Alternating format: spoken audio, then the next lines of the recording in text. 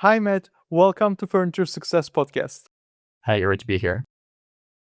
Good. So, Matt, can you tell us about yourself and Packrat Things? So I'm from Tucson, Arizona, where I started my business, Packrat Things Co.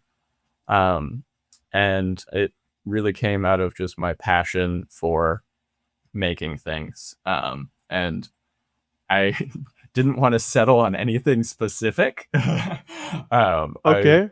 I'm like that. Like I hate picking favorites. I can give you like a top three on things, but like when it Mm-hmm. comes to getting like super specific on something, I tend to shy away from it. And so I came to Packrat Things Co. because I didn't want to limit myself on sort of what kinds of things I make.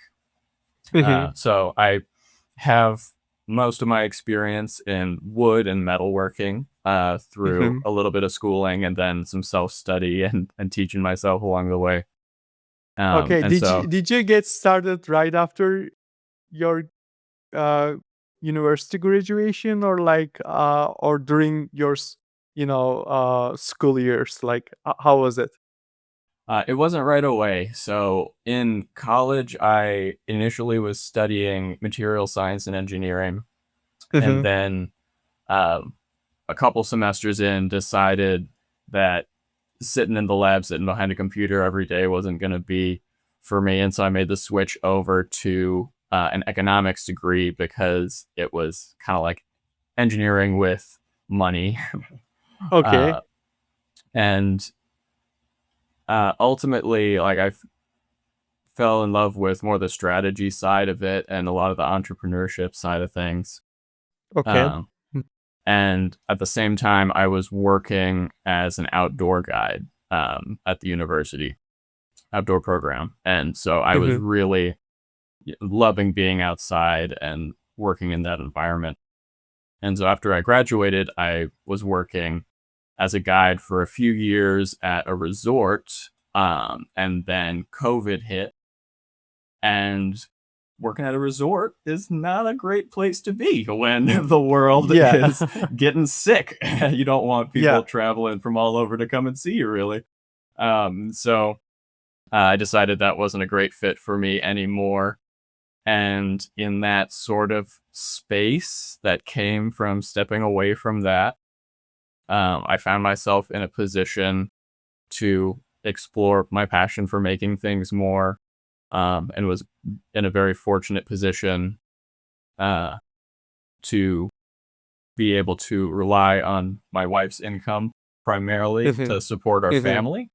Um, and so we decided that I would go for it and try and start this business and and make something of it. Mm-hmm. And so getting started, it was sort of just that decision. I'm like, all right, I'm gonna pick a name. I'm gonna start getting, Mm-hmm. the grabs for the different social medias and getting that stuff locked down, and then start making some stuff. And so Mm-hmm. been going from there. Yeah, so like you make games, tools, and furniture in wood, metal, concrete, like in ceramic, right? Like all the things together. And how did the shop end up that varied? Like, Um, so it's very yeah, so customized business. That's why like it's very interesting. Yeah, so I have a diverse background of experience from growing up. My Mm-hmm. family started a nonprofit that works with ceramics a lot. So I grew up around a lot of ceramic materials, and then when I was studying material science, I worked in a engineering lab that focused in ultra high temperature ceramics. And so that was powder metallurgy, a bit of a different process from what I'd done previously. And working in that lab was one of the places where I really sort of got the sense for I can sort of do whatever I want to do. Like so much of the fixtures and testing setups in that lab were built in that lab, Mm-hmm. and that sense of if you can think of it, you can make it just really stuck with me from there. And then in high school, I had done welding classes and machine shop classes. And then from there, I working outdoors, working in nature, I sort of fell in love with trees and wood, um, and started exploring that on my own. And so I primarily focus in those three materials, but I love knowing how anything works, how things are made, and so I'm always exploring new mediums, exploring new things. Uh, and the first project that really kicked things off was a big furniture piece that sort of just fell into my lap. We had a friend of the family who had a solar company, and so we had them by to give us a quote because we were thinking about getting solar on our house because it was the time in Tucson where all these salesmen were trolling the streets because of a tax incentive to get solar, and so one had just recently come by, and we're like, oh, maybe let's get some solar. And so we went to our friend's company, and he was giving us our quote, and we were just chatting. And so I mentioned that I had started this business, and he was like, hey, we've got this corner in our house that is just this big empty corner that we have no piece of furniture that really fits in there. Right now, we're just putting a dog bed there, but we'd really love to have a big shelf. And so that project was sort of the first big one that I hit the ground running with. And I see. So, like, most of my audience runs furniture stores. Like, this is a Furniture Success Podcast. So, and what can they learn from the custom and made to order world? Like, how do you process it, from beginning to the delivery, to the end? So how do you price it? How do you manage it? Especially the timing, the materials, the quality, and meeting the expectations. Like, these are, like, I can say so many things about the your process that might have, you know um cause some problems, especially for customer satisfaction, right? So how do you manage it, and how do you process it? Like, can you give us a little bit more insights? absolutely, you're mentioning all the big points that you got to pay attention to. Those are the really big ones.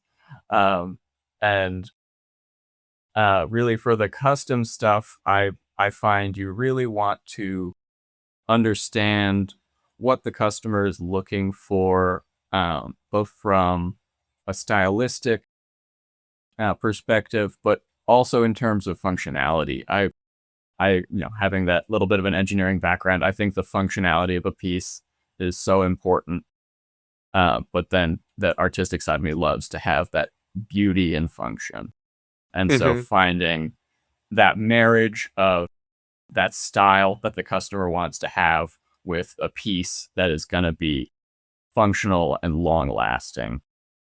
Um, and so we talk about ultimately the dimensions of the space are mhm, critical because you are making something to fit a specific spot. And so if it doesn't fit in that spot right off the mhm. bat, you're not doing great.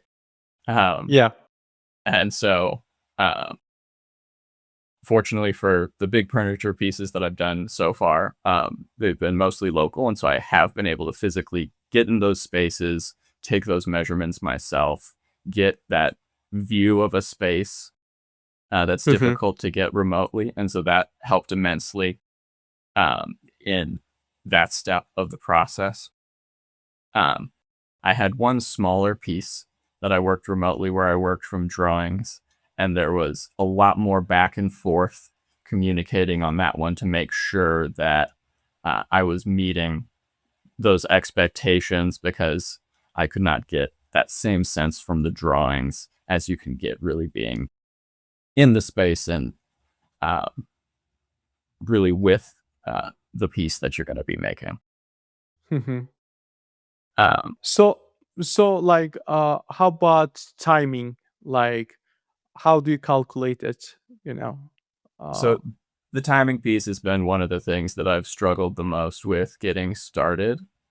mhm, Um, just not having the repetition of project after project to mhm, really bang out those super accurate estimates. So thus far, I've had slightly longer timelines, and fortunately, my customers have been very understanding. Um, mhm, um, but really, it's about laying out your major processes and sort of nailing down how much time each of those is going to take and minimizing the time between those that there is lag. Um, with any furniture project, you're inevitably going to have multiple processes from the cutting down of your bulk materials to your assembling of those materials, and then ultimately you're almost always going to be doing some finishing work on those materials. And with woodwork in particular, there's a lot of glues and varnishes and things that take time to dry. And so factoring in all those drying times and trying to make sure that you can be productive in those times while your project is just sitting is mhm, also really important in sort of making sure things keep moving along. mhm. And how about pricing? Like, do you think like, hey, like I'm going to spend on this project like 100 hours, and like this is like kind of mid-level or like high effort project, so I'll multiply it like let's say 100 per hour, and then the material cost. Like, do you do it like that, or do you have any other formula behind it? That's more or less the process. I start with whatever the materials cost is going to be, and then I add about 30 to 40% for waste, because inevitably you have some waste off the cuts from whatever that Mhm, bulk material is. mhm, Um, and especially in those bigger projects, you want that extra bit of cushion so you're not having to go back to the wood store over and over again. Because I've had to go back to the wood store, and you don't always get the same price as you did the first time. Sometimes they're like, whoa, somebody bought all of this kind of wood. Let's price it a little higher. mhm, So it pays to get your estimations right and have that little bit of a cushion for yourself with those mhm, materials. And then, like you said, estimating out sort of the hours it's going to take, and then how much am I going to pay myself for this? How much of a pain in the yeah. butt is it going to be? And so, I try and set, what I think is a reasonable pay for myself, and I try and stick to whatever quote I give. So the longer I take, the less I'm making, and so the better I can be with those estimates and those cushions up front, the more I make on the Mhm, project ultimately. mhm. I see. And um as I mentioned, like most of my audience runs furniture stores, and what can they learn from the custom and made to order world? Like, what do you think? So these are mostly retailers. We have some designers as well. I'll come to that. But for a regular furniture business owner, like what they can learn from you guys, like um, from custom world. Well, I think there's been a tendency recently in the more standard products world of Hmm. gravitating towards a certain set of standard measurements. They Hmm. tend to hover in sort of ranges of width and depth and height for certain things that tend to be fairly consistent across different manufacturers. And so you end up with a lot of stuff that's similar sizes, which is meant to sort of fit in lots of different spaces. Because the idea, I think, is to maximize potential buyers. But Hmm. that tends to leave out the very specific spaces. because you find, especially in older architecture, you can get some really funky spaces in housing and also in some commercial buildings. You can end up with some really odd shapes to Mhm. spaces. And if you don't have odd shaped furniture that can fit in there, it's Mhm. wasted space because you have that standard size piece of furniture that you scoot in, and then you just have a big gap over on one side, and you Mhm. end up with these voids. And so having that space for custom to come in, or that Mhm. space for adjustability, can really maximize on those spaces. And I feel, especially in sort of the modern real estate and housing climate, maximizing on space is incredibly important right now, and making use of what space you have, because space is at such a premium these days. Mhm. Like a couple of years ago, like everything was customized, highly customized, right? And high Absolutely. quality. Right now it's like mass production, products with low quality. Like every other year or like every 5 year you need to replace your furniture because like it's not sustainable, like, and you cannot use it and it doesn't fit to your room or your office space, and it keeps you keep buying new things, and not keeping your like when I check my childhood, like my grandma's home, like it's kind of like almost everything was unbranded and customized Mhm. and durable, but now it's kind of like ordering online cheap products from overseas, and after 2 years it's broken and you order new one, and it's kind of like sad, well, for me, Mhm. keep replacing things and not value them, because like for people, I mean, like we have emotional contact with our, you know, even if it is a sofa or armchair, it doesn't matter. Like we have memories on it, and we just want to keep it as long as possible. But it's not possible, in today's world. So the other thing is like, is there room for retailers or makers like you to work together? Like, I know like you guys love to work with interior designers, but how about regular retailers? Like, do you also work with them, or do you think is there any room for, working together opportunities? I think there's definitely opportunity there.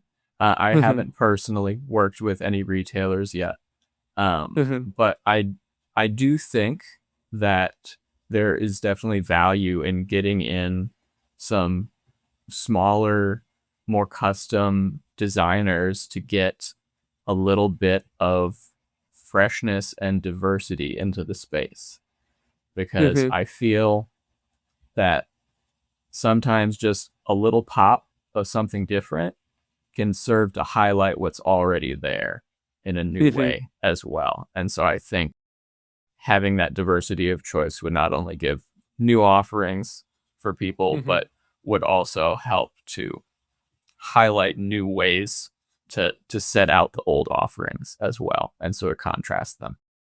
Mhm. Yeah, I keep telling some of my customers, especially like high-end customizable modular furniture sellers, like, hey, like you should partner with local people who makes, custom furniture, because like there is room for improve. There's room for working together. I mean, like you can offer those services, partnering with those guys, and you can make money, and also like you are giving more opportunities, more options to your customers. You are not limiting them what you have, like you can give them endless options, and even you can add like custom closets. There are some fancy designs on online, on Pinterest or Instagram, like people love to see, and they might want to order one of those, and once you partner with guys like you, like they will have an opportunity, to make more money, because custom means money, in my world, to be honest. Like, because you cannot um compete with others if you guys are selling same products in the same market. It's not going to be a profitable business. But if you tell people, hey, like, we are different, if you have money to spend more, then we have, options here, and we can build whatever you want. It might be an option that regular retail products plus some custom work, because people might not need everything custom, customized items, but they might need a couple of items, just for some corners, maybe, as you mentioned. So things like that. And um and also, it's going to be a growth opportunity for both sides. But this is like something that people, um I don't know why they don't start it. Like, they only work with interior designers sometimes, but interior designer is like kind of little bit higher end, when it comes to working with interior designers. So you need to find, $3 million houses, not like 1 million or less, because people um in that category, they like to work with interior designer. But uh regular, like, maybe 80-90% of the market, they can't work with those guys, because of the fees and the cost. But for a custom m- um furniture makers, like, they can start from a couple of $1,000 to go up to couple of $100,000. It's like wide variety of possibilities over there.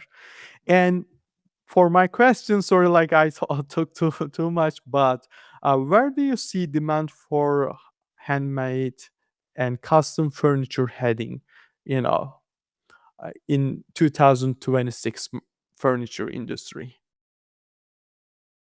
Well, I Is it a feel tough question it for it your is a life? tough question, but I I feel like there's such a demand these days Mhm, for reuse because of what we were talking about before with that consumer culture that's been created, that throwaway culture. Why buy it once when we can have it break and sell it to you 3 times? Um, we have this accumulation of things, and a lot of the materials in those things can still be useful. And if you can get more to that local level, you can get those materials back into circulation and back into usable, beautiful products and minimize the footprint of everything you're doing. You minimize the footprint of the product that it was, you minimize your own footprint in mhm, making a new product. Um, and I feel you can also, capture some of the spirit and the workmanship of what that original piece may have been in a lot of cases. When I work with repurposed and found materials, I almost always try and feature some bit of the material that was already there, because one, it saves you work if you don't have to redo or modify something. And then it also harkens back to what it was, and shows that new life that this thing is getting. And I think the more we can do that, the more we can clean up our local spaces and repurpose these materials that we already have, um, flooding out into the market and accumulating around. mhm. Um, I think that's a great way for custom furniture and for furniture makers to Mhm. So find a place in today's market. I see. And like, do you think like the economics like it plays a role as well? Like, especially people wanted to use like maybe some uh used furniture, instead of buying a new one because the cost, the tariffs, like the shipping cost, the material cost went up, like especially this year, So is that also a reason? What do you think? I mean, absolutely. Mhm, This for me started during COVID, and during COVID, when everything shut down, all the manufacture for manufactured wood products shut down. So all the plywood, MDF, any of those composite wood materials, all that production shut down, and mhm, building demand did not fall. It went up because everyone was at home. Everyone was seeing all the stuff around their house that they wanted done. They have time to finally do it. So everyone mhm, wanted to do it. And so new building materials got very, very expensive. And they're still quite expensive. They haven't come all the way back down to what they were. And so reusing materials when you can be very economical, mhm. especially if you can find them for free. That Yeah, you're making 100% profit on those materials. correct. And um, I try and do that as much as I can. The only new wood that I buy is when I have a custom project. Um, Whenever I'm working on pieces between custom projects, the smaller games and other things that I design, I use almost entirely offcuts from previous projects or pieces that I found. Okay. Yeah, I got it. And how do you find customers who value handmade over mass products produced? Sorry. Well, thus far, word of mouth has been amazing and how Mhm, I've got most of my business. I do have a few social medias, but I haven't been super active on them. mhm, And I've found that really connecting uh, and talking with people is remarkably effective in at mhm, least my community in finding uh, mhm. those folks who need a custom piece. Yeah, do you attend any like local events like to display your items? Like, do you do things like that, or it's like 100% referrals? So I have done a couple craft fairs here and there where I've sold some of my Mhm, smaller pieces. I did some ornaments one year. I did some earrings this past year out of like little itty bitty tiny offcuts that I had. mhm. Um, and actually, now I'm going to be starting up a booth at a local antique mall mercantile that's opening up on 4th of July. And so you can probably see behind me, I've got a whole bunch of stock that's going to be going in that. And so Mhm. that's another way that we're going to be, making some revenue in between those custom pieces is the reselling of these still perfectly usable goods, and then repairing some of the rougher ones we find, and then also being able to feature some of those smaller pieces in I this see. booth as well. Yeah, and like, what's the hardest part of running a one-person maker shop? Like, the hardest part. The hardest part is being the only person to do Mhm. everything. And so that means the things that you don't want to do, you're the only one who can do it. And Yeah, so I think it finding the depends on you, right? motivation, right? Yeah. Finding the motivation to do those parts that aren't necessarily your strength, I think, has been one of the most difficult parts for me.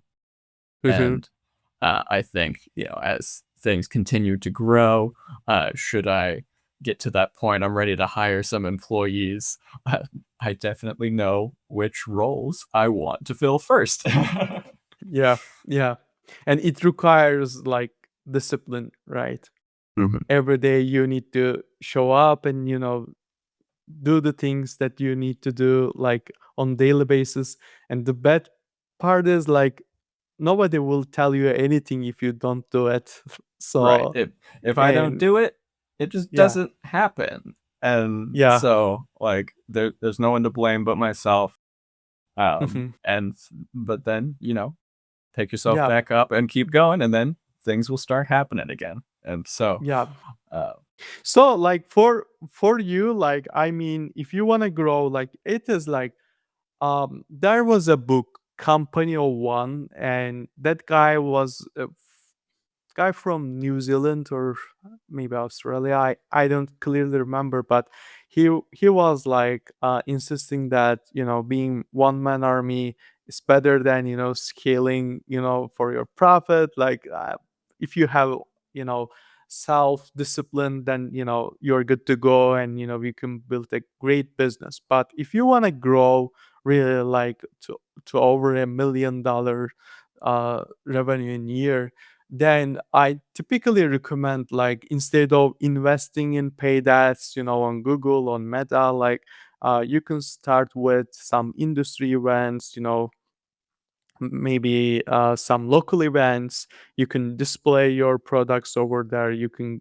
um, join to some business networking groups, some local e- um, like or some NGOs like for commerce chambers. Like you can go there, you can introduce yourself. There will be business owners over there, and they're going to be maybe like try to help you. Maybe they can refer someone, or they can tell you, hey, like I need this and that. You can start from there, and then you can hire people. But when I talk to people like in my previous interviews, like they were mentioning about like it's really hard to keep someone you know over 2 years in your small shop, because once they learn, they go and start their own business. So and they don't stay, and that's the main problem. So you need to create a system that you should keep your business appealing, for them, and you should attract those people around you all the time. So it's really tough. But yeah, like you're doing great. Like you've been in this business for over 5 years, and it shows that you have your own way, because you do it right. So here is the thing, like what's the one thing you wish people understood about how furniture is really made? Like if you would like to say something like um I know, like, these are hard questions. It looks like, easy, but, I just want to ask, one thing you wish people understood about how furniture is really made, like what it would be. so I think something a lot of people don't understand is the amount of work that goes in on each layer of the process and how many layers there are. Because there's Mhm. the design step, which is its whole own skill set. There are people who are, fantastic at design, and that is all they do. Mhm. There is the building step, um, the actual physical, cutting and drilling and sanding and measuring, the very, very important measuring. Yeah.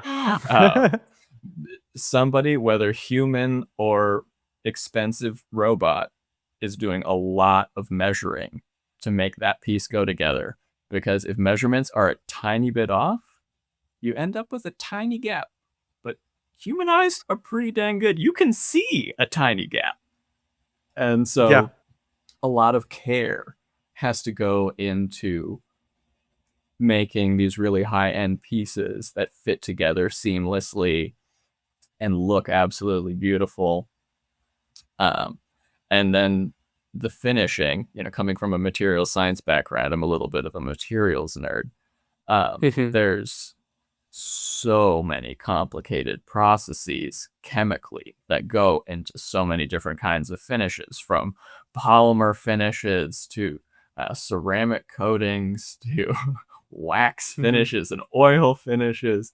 Uh, and there's a lot of science that Yeah. goes into even just that final finishing step of making Mhm. furniture.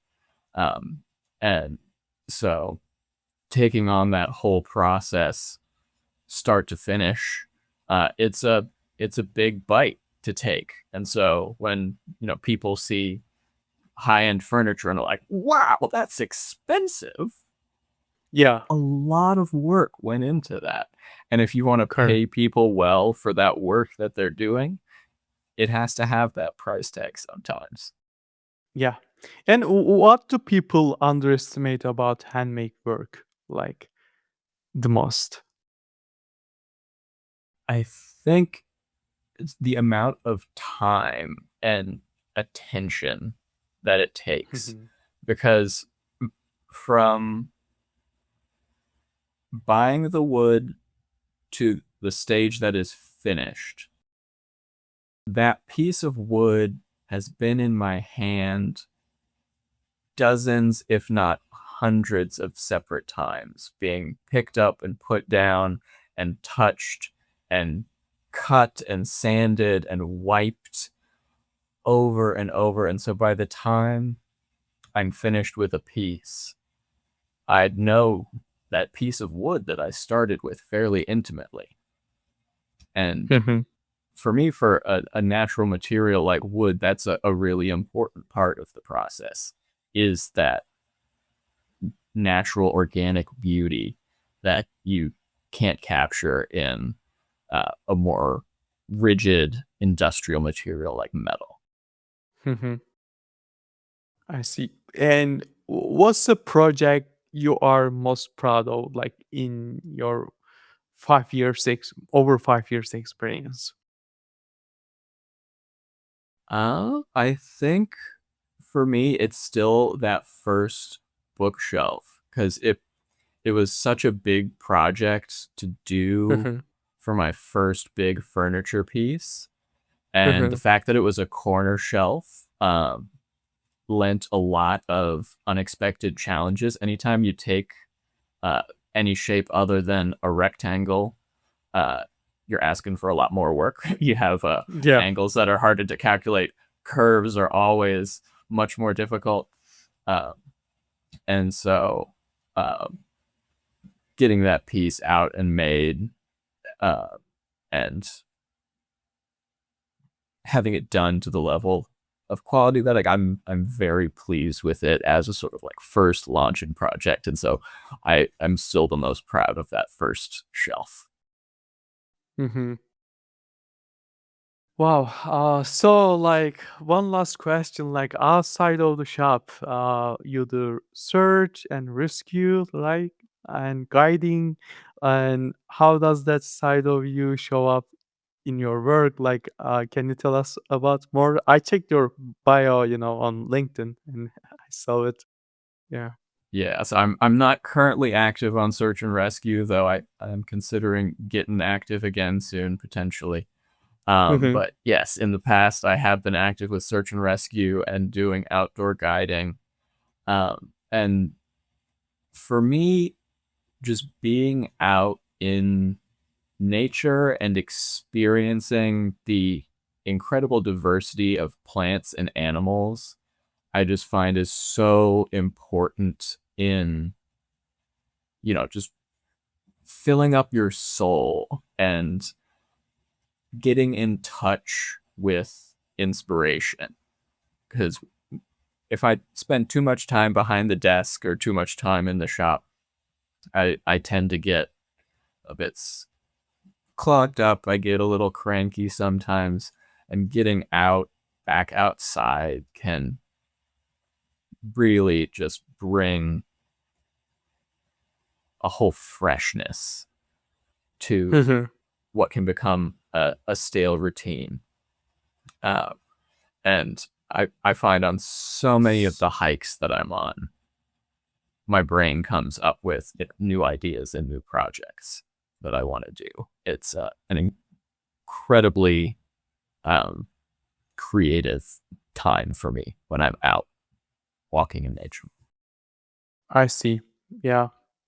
And last question, like Matt, let's say someone from Texas, new grad, like who is thinking about solopreneurship and who is going to start a business like yours. Uh, what would be your advice, to those young people? Where should I'd they start? Yeah.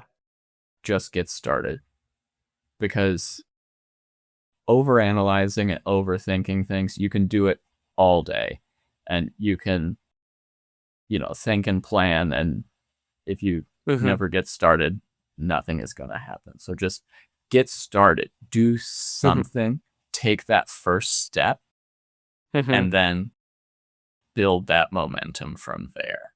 Do Because they need any capital tools? Sorry, I interrupted, but any capitals, like any barriers that may like block them? Like, what do you think? so I think whatever barriers there are going to vary depending on your personal situation and what type of business you're wanting to run.